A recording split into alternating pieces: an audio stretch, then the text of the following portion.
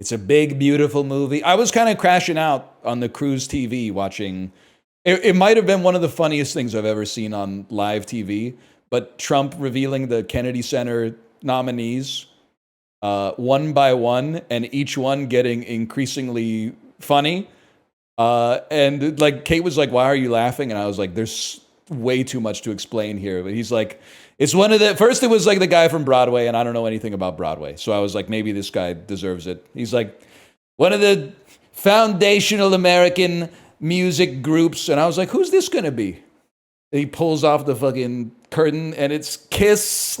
I was like, I can't believe this, man. And then and we can't forget about one of the great American actors, and it's like Sylvester Stallone, man. And he was like, did boxing movies. They make a lot of them. Boxing movies might be the most popular movie type that's ever been made, and I've seen a lot of them. Sly had no money, nothing, and he went around, and everybody wants to do a boxing movie. It's the most, probably more than any other type of character, boxing, always boxing. It's so great. And there's rarely been anything like this one. No notes, man. They really don't make that many of them. They made a lot of Rockies. I'll give them that. Apart from that, there's like, I don't know, maybe 7 or 8 boxing movies. They made like 15 Rockies, but Raging Bull, which my friend gave a 2.5, not even 2.5, a straight 2 out of 5. That's crazy.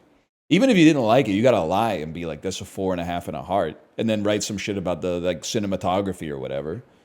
Dude, how funny was it? I saw this on the cruise TV, man. How funny was it when we was adding Sylvester Stallone and Kiss to the Kennedy Center honorees.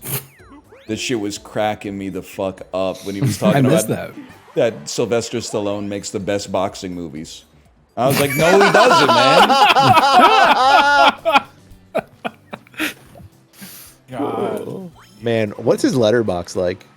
A thing called Rambo, and it had just come out. I didn't know anything about it, but I was in a movie theater, like we used to go to movie theaters a lot, and I said, this movie is phenomenal. What the heck?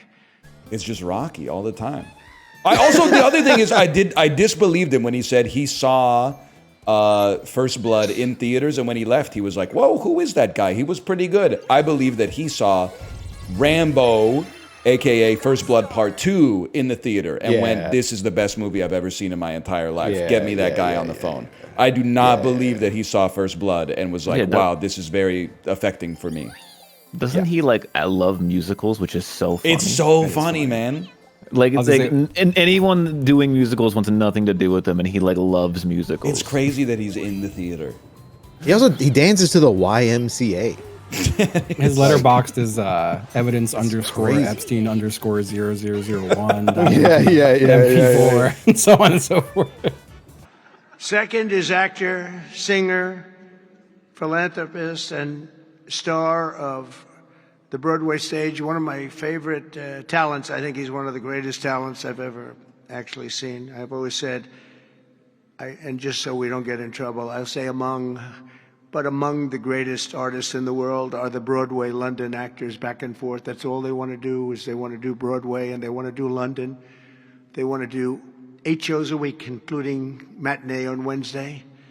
And if you said make a movie, they can't even think about it. If you say go on television, they don't want to. All they want to do is be on the stage, the live stage, and it's amazing. But I've always said that the most talented people, and this man may be the most of all. Michael Crawford is being honored.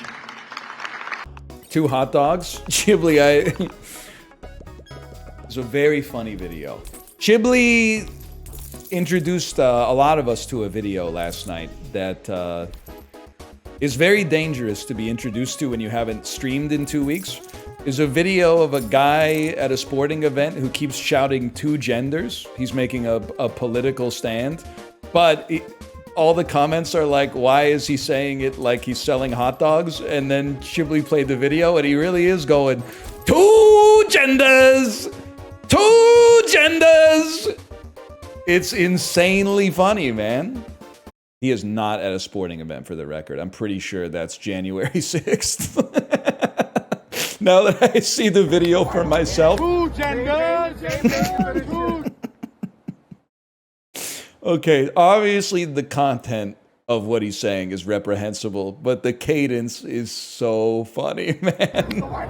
Who GENDAS? There's only 2 genders. Oh, man. He really is doing it with the hot dog voice. He would lose. He would get his ass beat. Are you here, VIP Daniel? He would get his ass beat by Ice Cold Beer Guy. You're going to say, who's Ice Cold Beer Guy? What's it like to have been born yesterday? Ice Cold Beer Guy. Ice! Cold.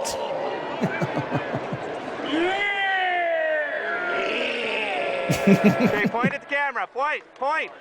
Yeah! I love Canada, man. Ice. Cold. He does like a little shiver too. Cold. T-Swift getting engaged. Your thoughts? I had nothing against them until I found out that they were into A, podcasting, and B, numerology. I think if you're going to be like a billionaire, well, I'll allow the numerology, but the podcasting is a step too far, okay? What's numerology? It's, you know, when you think like the number 8 has the same vibes as like October, stuff like that. It kind of does, though. I know, it kind of does, but you can't say it. You can't say it. The infomercial line, but wait, there's more. That was popularized by Cutco. Finally, oh, never mind. Slicing a tin can in half was the as seen on TV party trick of what Japanese knife? The ginsu? The ginsu, okay. I always remember there's a, like, this YouTube video of Ronco infomercials where they would do like trying to think of how to explain it. They would have a guy try to sell you a kitchen gadget, and then they would interview people in the audience who I'm assuming had to be paid. But there was like a rotisserie. Like they were trying to get people to make their own rotisserie chicken in their house.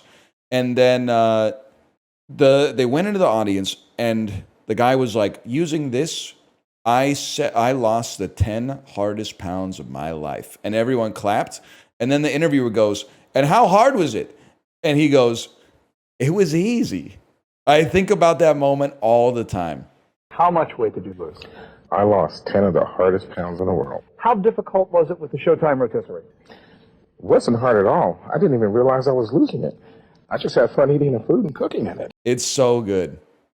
I also think about how stupid you have to be to think that it's real and that somebody was such a big fan of the rotisserie gadget that they bought that they were like, I'm going to fly to Los Angeles and sit in the studio audience while they sell more of these gadgets. That's crazy. If that person is real, that's insane.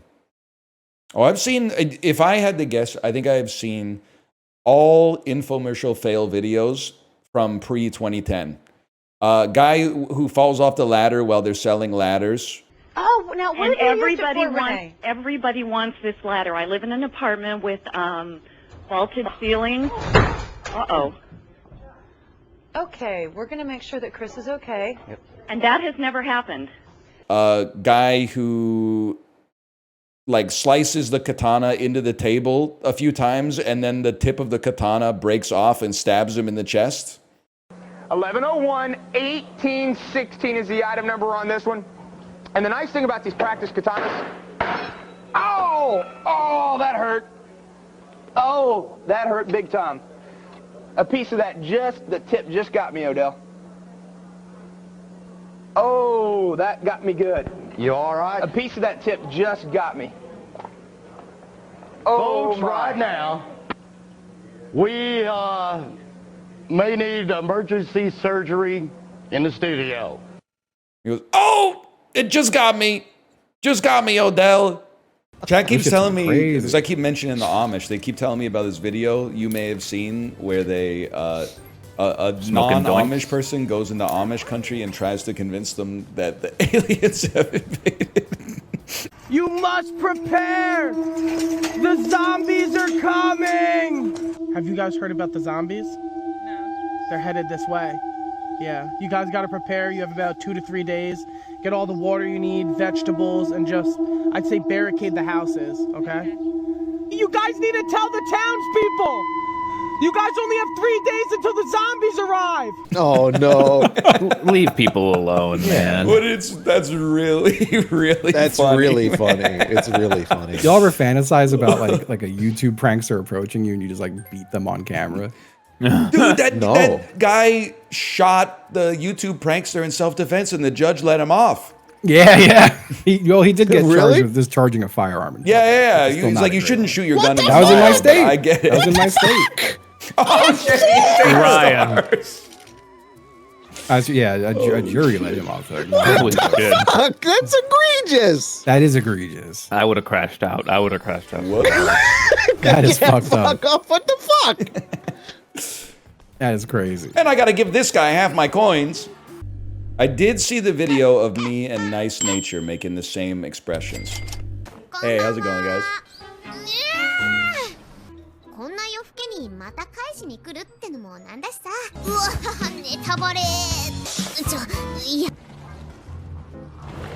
Ow! He goes caught. That was the one thing I've seen on social media because my wife showed it to me.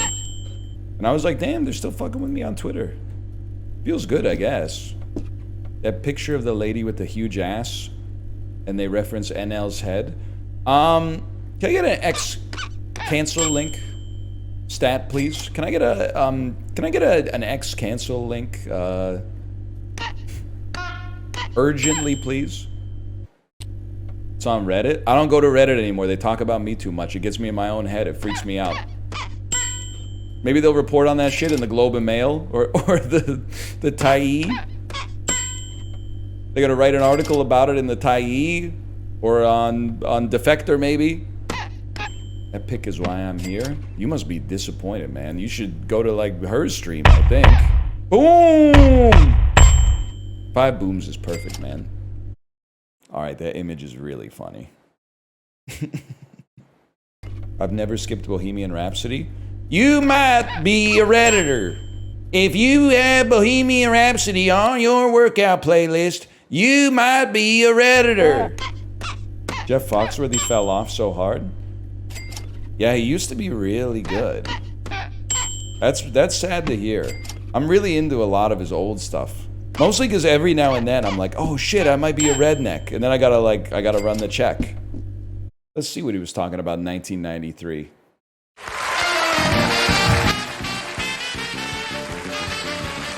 He don't make intro songs like that anymore, man. Give me a second here. Write the book, You Might Be a Redneck If. Yep. In fact, I have to tell you, this summer I was working in Oklahoma. A guy brought one of the books to the show. The book was real beat up. The guy came up to me. He said, sir, he said, I keep this on the back of my toilet. Would you sign it? I said, well, if you'll hold it, I'll sign it. That's pretty But good. for those of you that may not know if you're a redneck or not, they asked me to do a few to try to help you out. Things like... It's gonna fuck me up if I hear Jeff Foxworthy talk out of character and he has like a British accent. If he doesn't sound like this, I'm gonna freak out. if you own a home that is mobile and 14 cars that aren't, you might be a redneck. He got me, man. He got me, dude. He got me. If you take your dog for a walk and you both use the tree at the corner. Nah, I'm not sure. That one's offensive. Now play Dane Cook. Got a lot of embarrassing memories in my life. Laughing at the Dane Cook comedy special because the girl I had a crush on put it on in the dorms. But you know how it is? You can't be the dude, the college freshman who's like, yeah, that was pretty good. Now check out this Tig Notaro set. You be the type of fish to complain about not getting the bait. That's pretty good, man. That's a good insult. Did you mean it about me or just like, were you passing me an insult to use on somebody else? I only had the misfortune of watching Dane Cook live at Madison Square Garden like maybe 2 times, which is really low for millennials. All I remember is when he says, why is it called a beeline when you run straight at something? This should be called a beeline. And then the camera goes overhead and he walks out to like trace the shape of the letter B, which is a bit that's really good if you're a bird, but kind of rough if you're, you know, in standing room only below the stage. And then the one where it's like the riffing on, you know, you're okay if you get hit by a car, but your shoes stay on. And he was kind of on to something with that. But broadly, I would say I'm not necessarily a huge fan. That's a Reddit meme. Yeah, well, who do you think they stole it from, man? I mean, Dane Cook might not be my favorite comedian, but he clears that whole website for sure. What does this title mean? Viral Redditor Isaac Brock, all like, it's all nice on rice, all right. Okay. Isaac Brock, lead singer of Modest Mouse. Final track on the Lonesome Crowded West, 1997. Styrofoam boots, open parentheses, it's all nice on ice, all right, close parentheses. So there's, it's all nice on rice, all right. There's the first half of it. Viral Reddit thread from like 12 years ago where a 16-year-old kid said, if you name a food, I will eat it and then eat it with rice and rate it. And he didn't do that, but he pretended to do that. And everyone went, whoa, 5 out of 10, 7 out of 10 with rice. It was like, it was a moment on the internet. That was like 7 years ago. When was epic Reddit thread about rice? 2015, apparently. Apparently that was 2015, 10 years ago. I honestly thought it was longer. I thought the internet was in a more sophisticated place 10 years ago, and the 9 out of 10 with rice meme would not have flown. I thought that was something that could only work with the tailwinds of an overly optimistic internet. They were humoring a child. It's cool. No, I don't think so. I think that it was basically, this kid was like, and I don't even know, they could have been 48 years old, the most decrepit age of all. I think that they said they didn't fulfill their end of the bargain, is what I'm trying to say. I think they thought it would be funny to like eat some food and then eat it with rice and then rate it, but then they got way too many replies, and instead of saying, hey, this is too many replies, I can't possibly eat this much food, plus I'm 14, I can't afford to buy this much food, they lied. They lied and imagined eating it. Oh, it's a cash plank. I'm the cash man. +2 for the cash man. Lots of great Canadian commercials. You think you really want a clone? Why buy a mattress anywhere else? What else we got? Canadians? I know I hit the stim every single time. House hippo, yeah, all the heritage moments. The North American house hippo is found throughout Canada and the eastern United States. House hippos are very timid creatures and are rarely seen, but they will defend their territory if provoked. They build their nests in bedroom closets, using lost mittens, dryer lint, and bits of string. The nests have to be very soft and warm. House hippos sleep about 16 hours a day. That looked really real, but you knew it couldn't be true, didn't you? That's why it's good to think about what you're watching on TV and ask questions, kind of like you just did. Dr. Penfield, I smell it! Penfield, I smell burnt toast! I'm gonna need those peach baskets back. Back off! Get your own sandwich. I forgot about that one. What was that? Must have been like maple leaf sandwich meats. Back off! Get your own sandwich.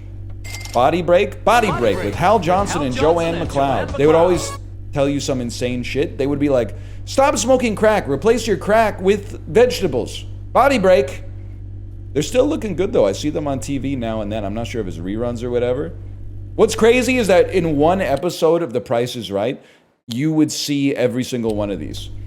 You would also see the Al-Anon advertisement that's like, please call this number if you or someone you love drinks so much. And you're like, damn, I'm literally 11 years old, homesick from school. Who the hell are my compatriots watching the show with me? Don't you put it in your mouth. Don't you stuff it in your face. Yeah. Nobody's good at everything. And everybody's good at something. I can make a noise like a T-Rex. Remember that one? I'm not a chicken, you're a turkey. That one might just be from YouTube. Someone in my Discord told me that the Crumbl CEO, this is my form of social media now. They told me the Crumbl CEO, one, came out as gay, which is fine. Maybe even good. But also, he has 13 kids. That's crazy, man. CEO of sex. Well, that's the thing. I'm almost like it's a tragedy. Because, like, he must have known. Like, having 1 or 2 kids and then the pivot is one thing. But 13 is like... I'm not going to say it's too late because he should be allowed to live his truth. But, like, it's crazy, though, to pull the switch after 13 kids. Like, that's... I didn't say it's too late. Don't put that evil on me. I'm just saying that's a very large amount of children, okay? Don't say get him. Don't say get him. I'm being progressive. If it works for them, that's fine. But damn. I don't feel comfortable using this parlance, but I'm saying he's got... For a gay guy, he's gotten more pussy than, like, the average straight guy. He's gotten more pussy than, like, a lot of straight guys I know. That's pretty crazy. I'm not gonna say it's remarkable, but it's worth remarking upon at the very least. That could have been 13 times. Yeah, if he's like fucking Quiet from Metal Gear Solid 5, but I'm assuming he put some off target. Like, you're kind of at the range with your eyes closed, man. You don't really know where it's... You don't know where you're hidden. The dude might be a natural, let's put it that way. I was surprised, Chili. So you showed the Kava photo on your stream, where it was like the Reddit picture that was like my girlfriend making Kava on the Amtrak. And I said, I think I'm gonna get in trouble for this one, but why is it always the girls with the curly hair? And literally nobody said shit, man. Nobody had a problem with it. I thought I was gonna catch a lot of heat. I don't get it. It's always the girls with the curly hair. I don't know what you want me to say. They're always doing some stuff outside. Not always making Kava, but they're always doing something. Probably. I hear the rice cooker going upstairs. We probably got time to play some Bandle. Rice cooking deserves a tasty rice. Do, do, do, do, do. You know what I'm talking about? The REM poster? The washed rice in the basin, heating up so slow. Cook it with pressure so the water goes. Every molecule soaks into a grain of rice, and it gets so much softer.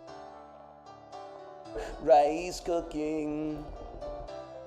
Cooking up that rice. Dinner's coming soon.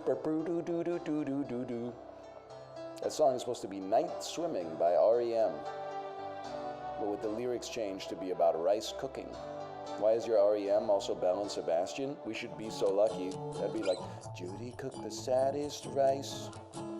Cooked it in a pot when she was young. She couldn't afford a rice cooker.